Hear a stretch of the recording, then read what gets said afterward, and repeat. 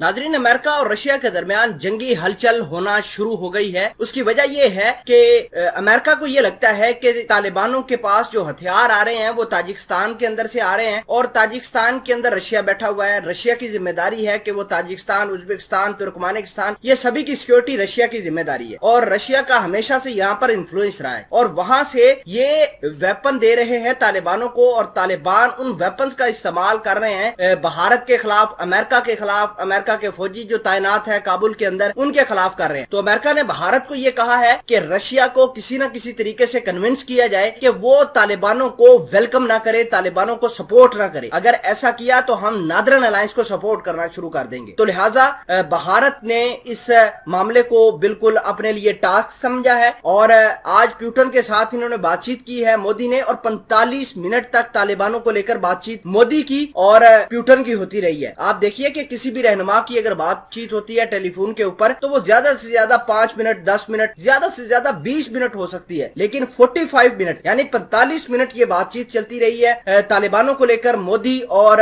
Russian सदर Putin के दरमियान। तो जिससे ये साबित होता है कि रशिया पर प्रेशर बनाया जा रहा है और रशिया उन ममालिक में है जो प्रेशर लेता नहीं है, सिर्फ प्रेशर को देता है दुनिया को, क्योंकि अमेरिका रशिया के साथ लड़ाई नहीं कर सकता। आज के दौर के अंदर रशिया को सपोर्ट है चाइना की, रशिया को सपोर्ट है अफगानिस्तान की, पाकिस्तान की। तो इन हालात में अमेरिका इन तमाम तर ममालिक से लड़ाई नहीं कर सकता। मामलात क्या हैं, किस तरह रशिया हथियार दे रहा है तालिबानों को और किस तरह ये मामलात आगे जाएंगे, तमाम तर चीजें आज की इस वीडियो में डिटेल के साथ डिस्कस करेंगे। छोटी सी गुजारिश है कि आप हमारा यूट्यूब चैनल हसनात टीवी को सब्सक्राइब करके पास मौजूद घंटी के निशान को दबा ले ताकि लेटेस्ट न्यूज आप तक पर वक्त पहुंचती रहे। देखिए कि तालिबानों के पास जो हथियार है, अमेरिका ये कहता है कि ये हथियार रशिया दे रहा है। रशिया चूंकि अफगानिस्तान के हालात को बड़े अच्छे तरीके से देख रहा है और अपनी हेजमनी चाहता है, अपना इन्फ्लुएंस चाहता है, तालिबानों के साथ अच्छे ताल्लुकात चाहता है। अब रशिया का प्लान ये है कि वो एक गैस पाइपलाइन लाए सेंट्रल एशिया से और उसको पास करे अफगानिस्तान से और पाकिस्तान के अंदर भेजे, भारत के अंदर भेजे और अपनी इस तरह ट्रेड को बढ़ाए। देखिए कि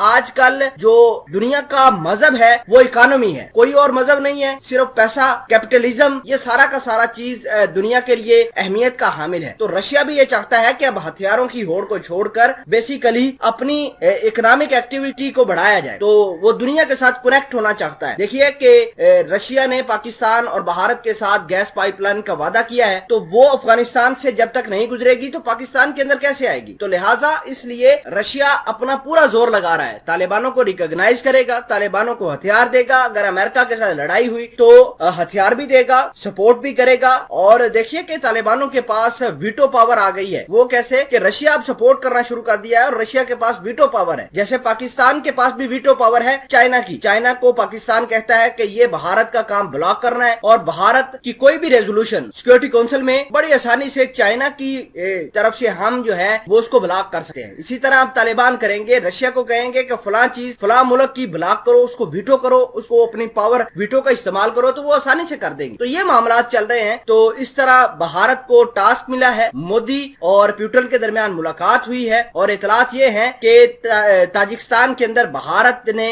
अपने 45 के करीब सुखोई 30 जहाज तैनात कर दिए हैं अफगानिस्तान के क्राइसिस को डील करने के लिए। और ये जो जहाजों की तैनाती की है ये अमेरिका के कहने पर की है कि अगर रशिया अपने हथियार देने तालिबानों को बंद नहीं करता तो भारत ताजिकिस्तान के अंदर जो अपना बेस है, अपने फाइटर जेट जो तैनात किए हैं, उनका इस्तेमाल करेगा तालिबानों के खिलाफ।